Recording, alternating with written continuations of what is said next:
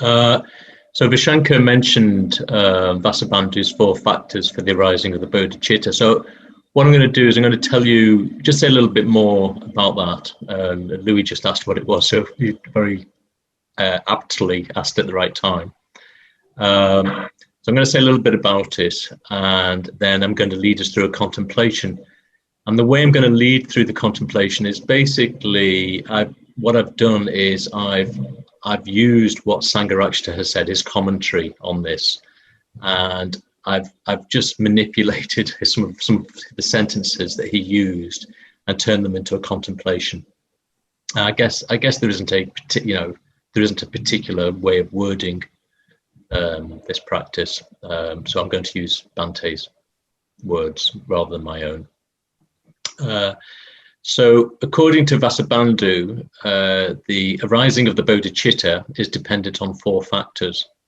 So what are those 4? Well, first of all, there's recollection of the Buddhas. Secondly, there's reflecting on the faults or imperfections of conditioned existence. Thirdly, there's observing the suffering of sentient beings. And finally, fourthly, there's contemplating the Tathagata's virtues. Now, it is stated as the Tathagata's rather than the Buddha's virtues. The Tathagata is an epithet that the Buddha often used about himself in the Pali Canon. And it's often translated as either thus gone one or even thus come one. And there's some debate about what it actually means, but what it's sort of alluding to is one who comes, doesn't come or doesn't go. It's someone who's beyond transient phenomena. That's what it's alluding to. So it does basically mean the Buddha. So we can think of these 4 factors as being in a sort of kind of sequence. So I'll just go through that briefly again, just to give you a sense of the structure of this. So first, through recollecting the Buddhas, we become convinced that enlightenment is possible for us. You know, we might feel a bit shabby and grubby as a human being, but it is possible for us to become enlightened. And through recollecting the Buddhas, we become convinced of that, or try to become convinced of that. Then, by reflecting on the faults of conditioned existence, we become detached from it. So, and I'll perhaps say a bit more about that in a moment. Thirdly, through observing the suffering of sentient beings, whether in our imagination or those people we actually know, on the basis of that, compassion arises. And on the basis of that compassion, we don't only want to rescue ourselves, if you like, from samsara, we want to rescue other beings as well. So Vishankar in his talk alluded to the fact that there's a contradiction, a sort of paradoxical tension between the second and the third factors. So the second one being a reflection on the faults of existence, of conditioned existence. And so with that, what we're doing is we're withdrawing and pulling away from conditioned existence or samsara. Whilst at the same time, the third factor is observing the suffering of sentient beings. What that does is, whilst we are moving away from conditioned existence, the unsatisfactoriness of conditioned existence, at the same time, and this is what's paradoxical, we're moving towards the suffering of other beings who are in samsara. So there's this withdrawing and yet engaging with samsara. And as I say, it's a paradoxical tension. And my sense is that there is, I think Vishankar did say this as well, there's something really important in this paradoxical tension, something that we need to experience for ourselves and understand for ourselves. And my sense is that, this is my sense, is that I think when we get to that point where we both want to withdraw from the unsatisfactoriness of samsara and yet want to move towards those who are suffering in samsara, I think that's a really, really important stage in our spiritual practice, in our spiritual life. And I think it probably marks a really significant transition, if you like, or move towards the experience of enlightenment, or being on that journey anyway towards that. So I just want to emphasize that, really, the importance of that. And then finally, when we contemplate the virtues of the Tathagata, the Buddhas, what we're doing there is we're beginning to assimilate to them, and basically moving towards the nature of enlightenment itself. So those are the four factors which happen in a sort of sequence, although they sort of happen simultaneously as well. So that's the practice, they're the stages of the practice. And a few words about contemplation. So we're going to be contemplating these four factors. And in order to contemplate, what I suggest, or using your imagination, if you think of your mind sort of as a really still and clear mountain lake. So it's still and clear, and yet at the same time, it's open, curious, and receptive. So we don't really have to do anything. We just have to be, I'm going to say some, I'm going to make some statements, which are basically sentences of Bhante's description of the practice, or elements of the practice. And all I suggest you do is just allow those statements, those sentences to drop in, a bit like dropping a pebble into the clear, still lake. And just notice, it's just, contemplation is just noticing what arises, not trying to feed it, not trying to do anything with it, but just noticing what the ripples are in your experience. So that's basically the practice. Just bear with me a moment. Does anybody have any questions? Anything they'd like to ask before we actually get on with it? Yeah, Arthavadin. Yeah. It's interestingly, as stated, but perhaps if there was more definition in it, I don't know. The first case and the last seem quite similar. Okay. But clearly they're not. They're not. They just sound like they are. They do sound like they are. So first of all, we're recollecting the Buddhas. And that really is about getting in touch with our ideals and our aspirations. The last stage is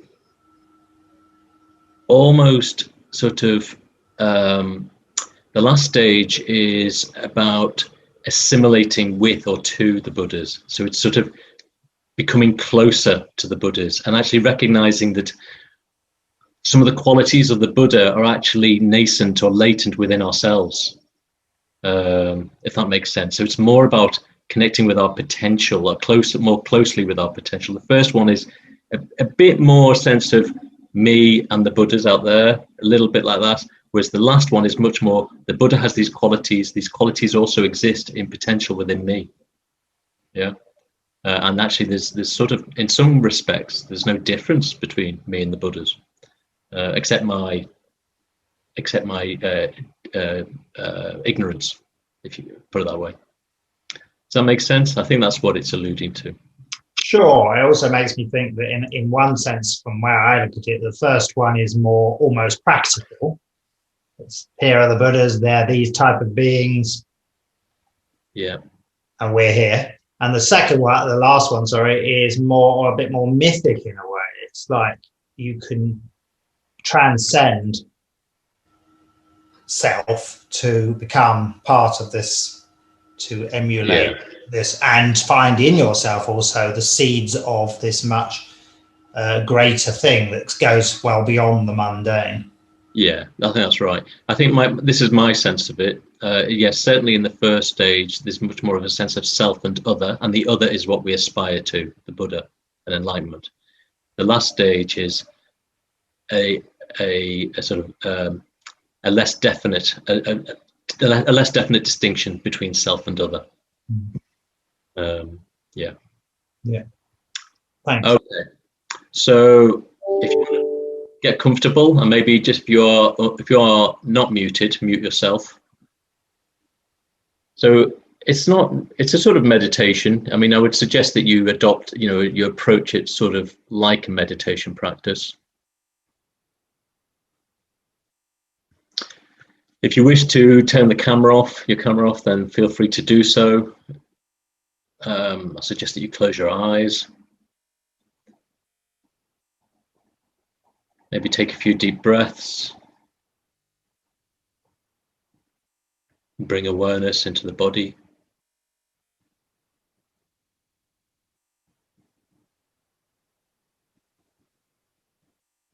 And without any judgment or evaluation, just notice where the tensions and contractions are in the body. Just allow them to be there. Any other sensations?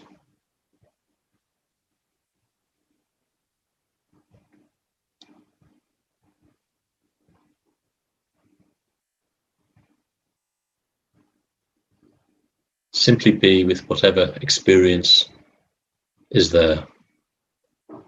Just allow it to be.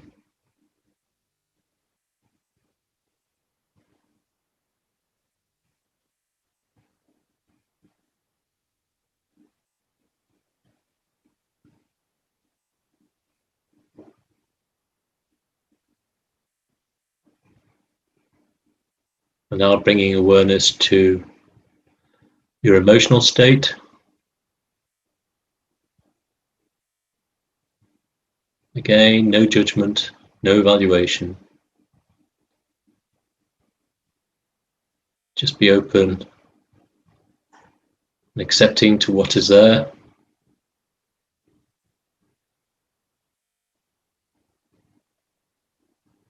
There's no right or wrong state. It's just whatever you're experiencing right now. Just acknowledging and noticing without feeding it or pushing it away.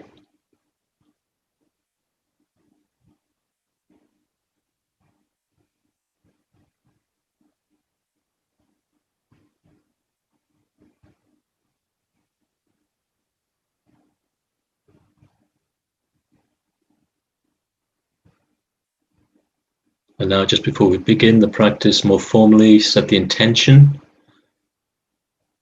of staying with it over the next 15 minutes or so.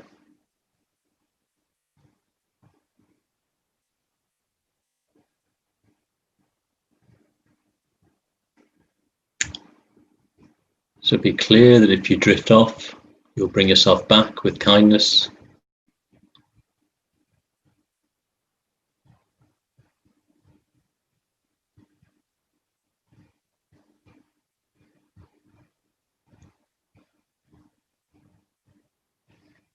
So Vasubandhu's 4 factors for the arising of the Bodhicitta. Firstly, recollecting the Buddhas.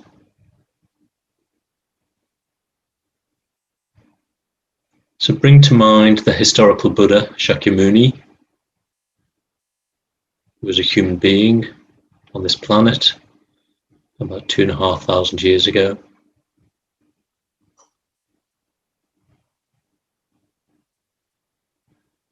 The latest in a whole lineage of Buddhas.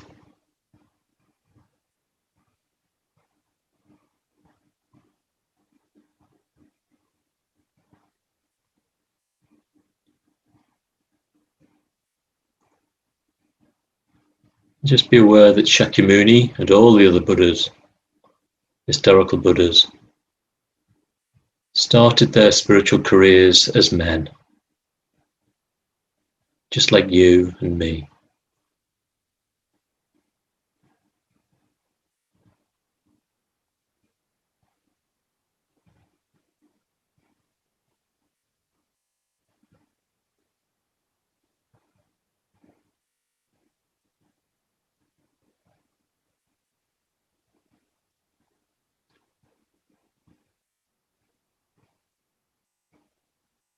They set out on their spiritual paths with weaknesses and limitations, just as I have.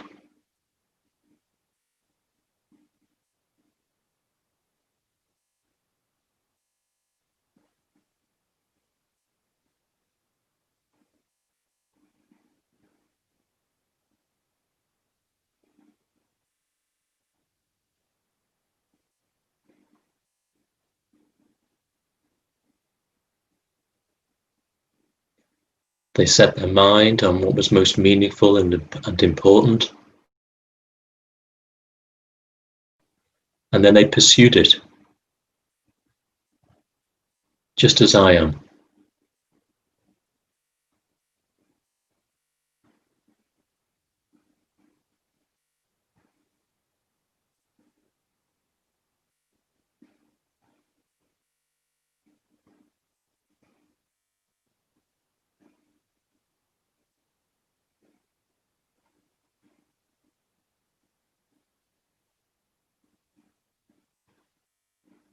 The Buddhas managed to transcend all limitations.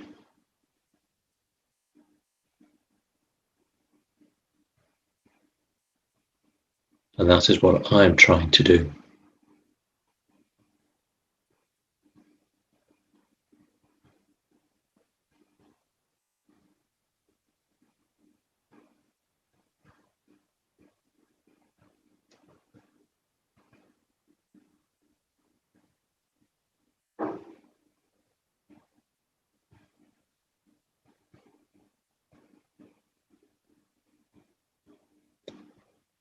The Buddhas achieved liberation and freedom.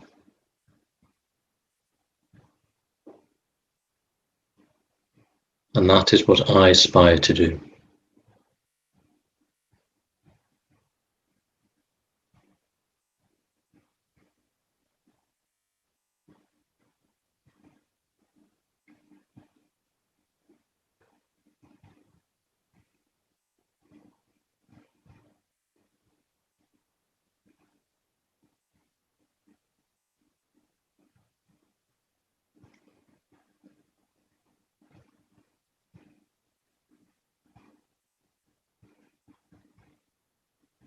Shakyamuni and all the Buddhas that came before him are the timeless ideal to which I aspire.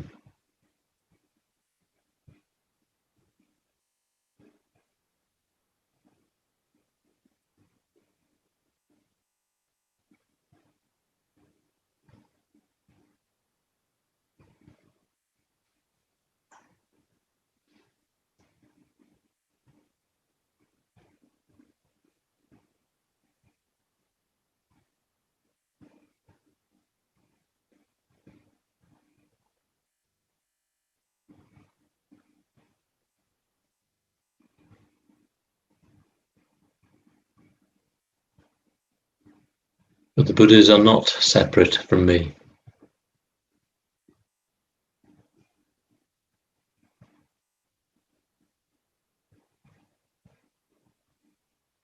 When I contemplate the Buddha or look closely, what I see ultimately is a reflection of myself, a reflection of who and what I can and will be.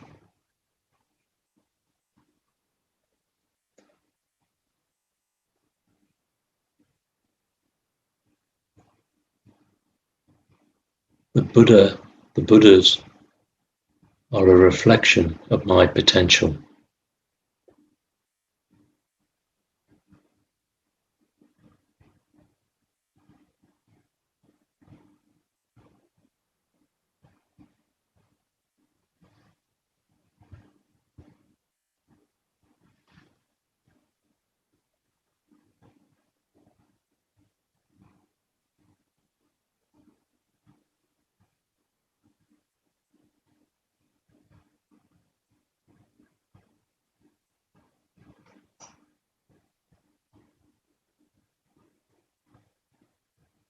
The second factor, seeing the faults or imperfections of conditioned existence.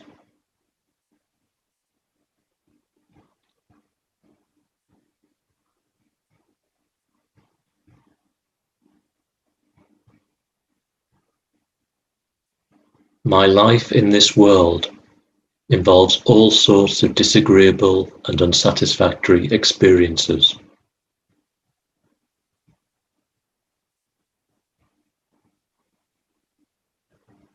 I get sick, I experience physical discomforts and pains.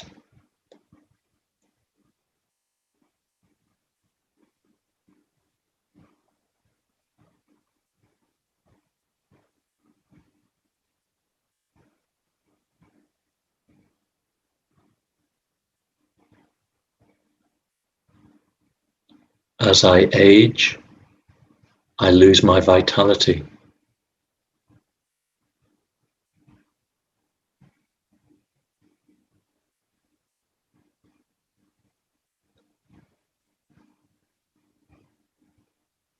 My faculties decline.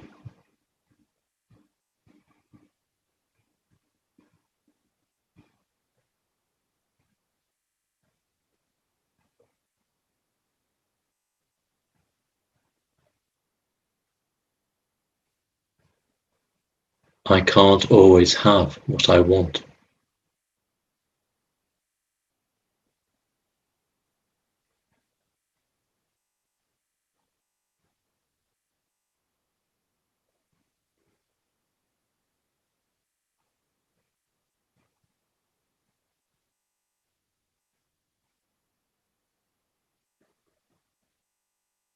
I often have to tolerate what I don't want.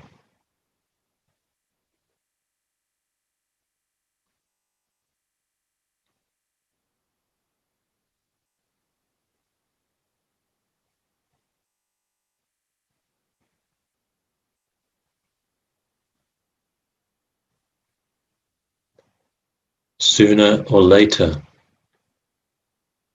I will lose all the people and things that I'm attached to.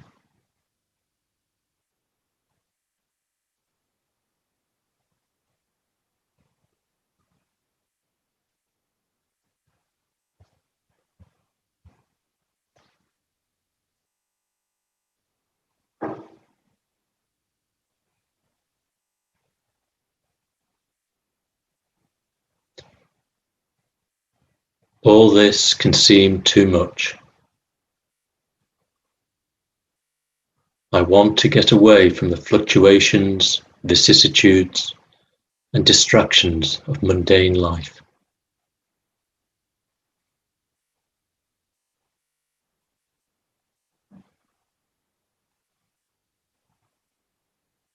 I want to withdraw from suffering and unsatisfactoriness.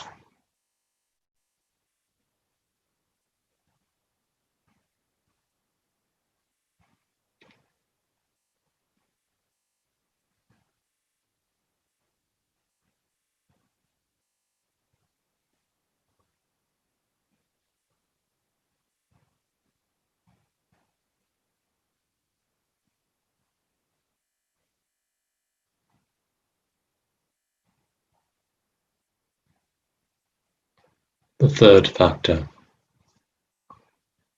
observing the suffering of sentient beings.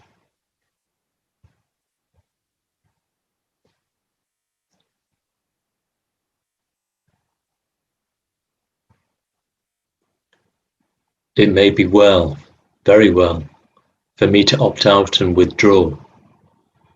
But what about other people? What will happen to them?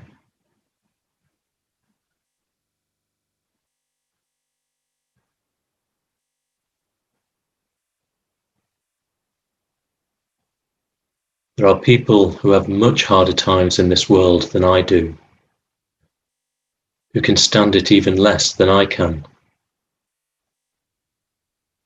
How will they ever get free if I abandon them?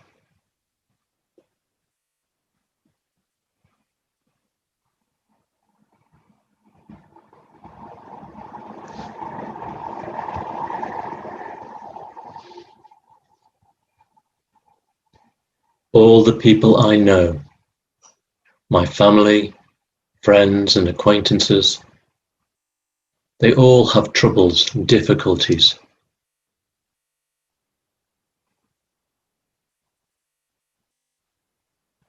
Some of them are ill, weak or tired.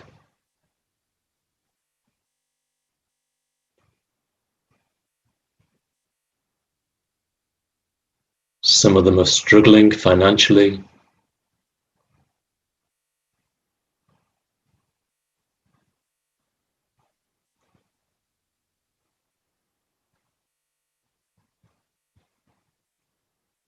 Some feel lonely or are unhappy in their relationships.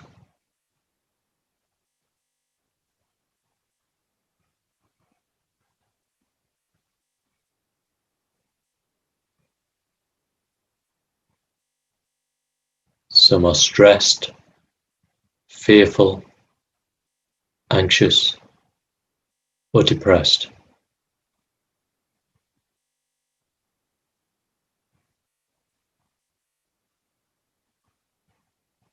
There is not a single person I know who is not suffering in some way.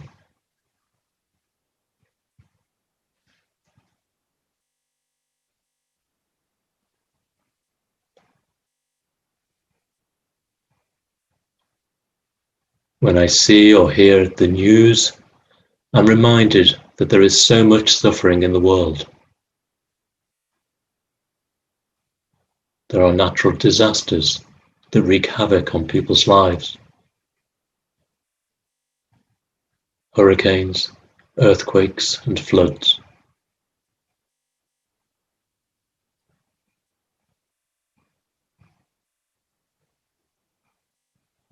There's so much famine, poverty, and hunger.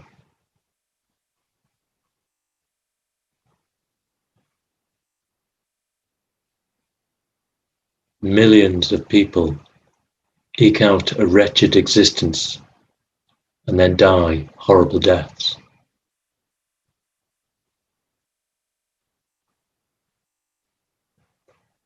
So many wars,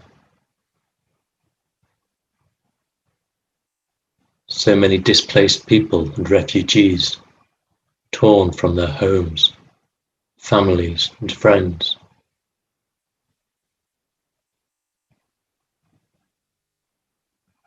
So much inequality and injustice.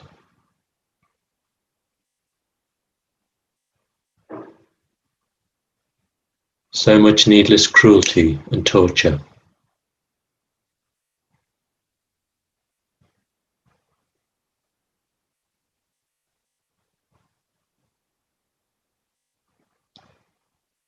When I'm aware of all this, how can I possibly think simply in terms of escaping on my own?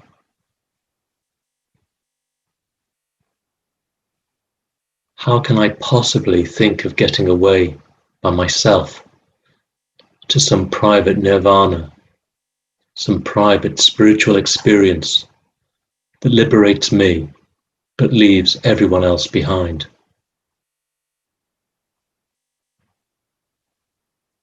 Would that really bring me contentment? Is that really what I want?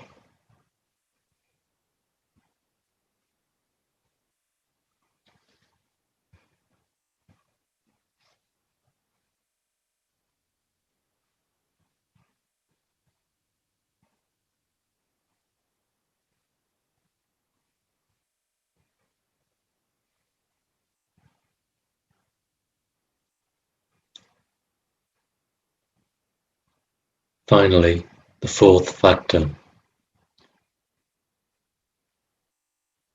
Contemplating the Tathagata's virtues.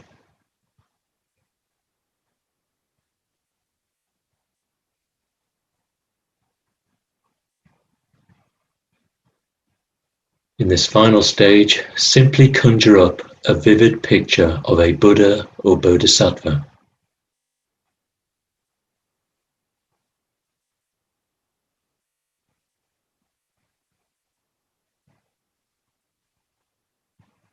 Notice what qualities of the Buddha or Bodhisattva resonate within you.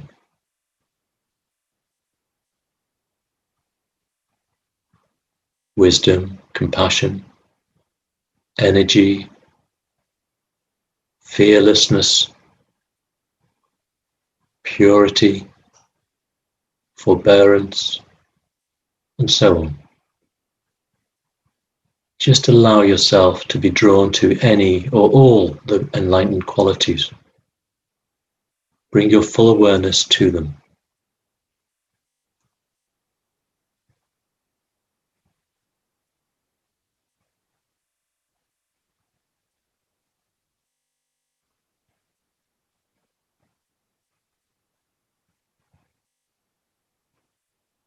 Just sit quietly, allowing yourself to be affected by these qualities that are exemplified by the Buddha, and to some extent are aspects of you too.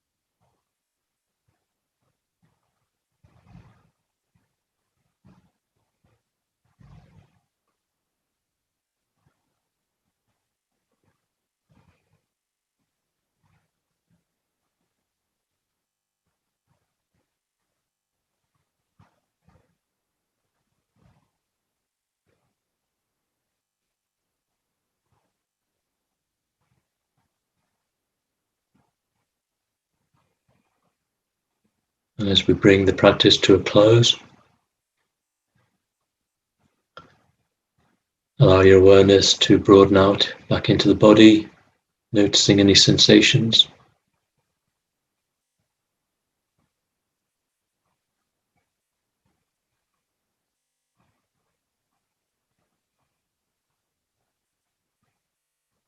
Bringing your awareness into the environment around you.